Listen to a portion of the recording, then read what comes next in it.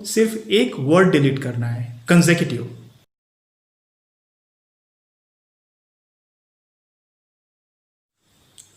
Hi, my name is Ashutosh and I did BTech from IIT Kanpur. अभी हम देख रहे हैं कि जेई नीट एग्ज़ाम्स को लेके काफ़ी प्रोटेस्ट हो रहा है। बहुत से लोग चाहते हैं कि एग्ज़ाम नहीं हो, कुछ लोग हैं जो चाहते हैं कि एग्ज़ाम हो, गवर्नमेंट भी चाहती है कि एग्ज़ाम कंडक्ट करवाया जाए और 150 शिक्षाविदों ने भी मेल किया था गवर्नमेंट को कि एग्ज़ाम कंडक्ट करवाया जाए ताकि सेशन चल सके। तो इसका सलूशन बहुत ही सिंपल है और ये सलूशन सभी को एक्सेप्टेबल होगा। गवर्नमेंट को सिर्फ एक वर्ड डिलीट करना है कंसेक्यूटिव। जैसे जेई मेंस का एग्ज़ाम होता है, उसकी जो एलिजिबिलिटी क्राइटेरिया होता है उसके लिए 3 कंसेक्यूटिव अटेम्प्ट्स मिलते हैं। ऐसे ही जेई एडवांस के लिए 2 कंसेक्यूटिव अटेम्प्ट्स मिलते हैं और अपर एज लिमिट होती है 25 ईयर्स। तो एलिजिबिलिटी क्राइटेरिया को थोड़ा सा मॉडिफाई करना है, उसमें से वर्ड कंसेक्यूटिव को हटा देना है। जैसे जेई मेंस के लिए 3 कंसेक्यूटिव अटेम्प्ट्स की बजाय 3 अटेम्प्ट्स कर दीजिए और ऐसे ही जेई एडवांस के लिए 2 कंसेक्यूटिव अटेम्प्ट्स की बजाय 2 अटेम्प्ट्स कर दीजिए और अपर एज लिमिट होगा 25 ईयर्स।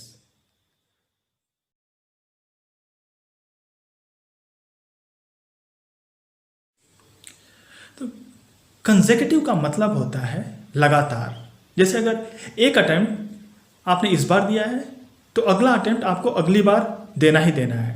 अगर आप एग्ज़ाम में अपीयर नहीं भी होते हैं तो वो काउंट हो जाएगा।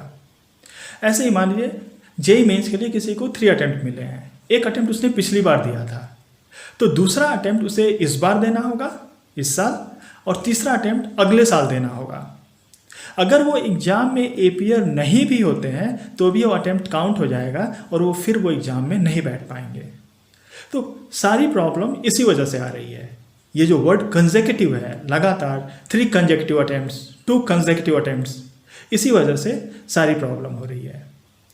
तो अगर ये वर्ड डिलीट कर दिया जाए कंसेक्यूटिव, 3 कंसेक्यूटिव अटेम्प्ट्स की बजाय सिर्फ 3 अटेम्प्ट्स कर दिया जाए, 2 कंसेक्यूटिव अटेम्प्ट्स की बजाय सिर्फ 2 अटेम्प्ट्स कर दिया जाए तो सारी प्रॉब्लम सॉल्व हो जाएगी।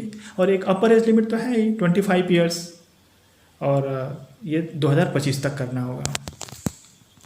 तो कोरोना पैंडेमिक जो है इसका इफेक्ट करीब 2 साल रहने जा रहा है, 2020-2021 और मे बी कि थोड़ा बहुत इफेक्ट रहेगा 2022 तक।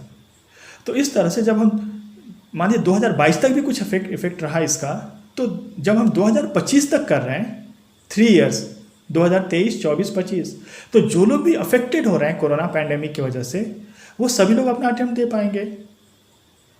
तो इसलिए ये जो क्राइटेरिया है कि जो कंसेक्यूटिव वर्ड हटा दे रहे हैं कि for JEE Mains 3 attempts, for JEE advance 2 attempts and upper age limit 25 years till 2025।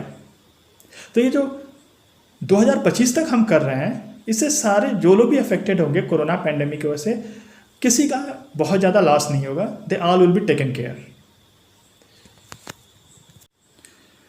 Just to make sure that we all are on the same page, let's have a brief about JEE exam. तो जो national testing agency है ये JEE Mains का exam conduct करवाती है पहले। इस basis पे आपका एनआईटीज़ और ज़्यादातर इंजीनियरिंग कॉलेजेस में एडमिशन हो जाता है, लेकिन आईआईटीज़ में एडमिशन नहीं होता इस बेसिस पे। आईआईटीज़ में एडमिशन के लिए जेई एडवांस का एग्ज़ाम होता है।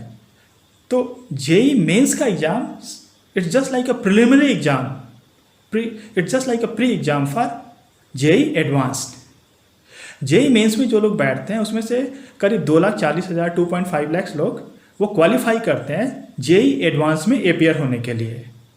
और जेई एडवांस में जो आप जेई एडवांस में आपके मार्क्स के बेसिस पे रैंक बनती है और फिर उस बेसिस पे आईआईटीज़ में एडमिशन होता है। ऐसे नीट एग्ज़ाम में कोई अटेम्प्ट का क्राइटेरिया नहीं होता है, वहाँ पे सिर्फ एक अपर एज लिमिट होती है 25 ईयर्स। तो आपको क्या करना है, जो अपर एज लिमिट है 25 ईयर्स उसको 3 साल और बढ़ा दीजिए, 28 ईयर्स कर दीजिए 2025 तक। ये क्राइटेरिया कब तक रहेगा? 2025 तक, क्योंकि जो कोरोना ये करीब 2 साल तक रहने जा रहा है 2020-21 और इसका थोड़ा बहुत अगर इफेक्ट रहेगा तो मे बी 2022 तक थोड़ा रहेगा इसका, क्योंकि अगले साल तक तो हमारे पास वैक्सीन भी आ जाएगी, फर्स्ट क्वार्टर सेकेंड क्वार्टर तक।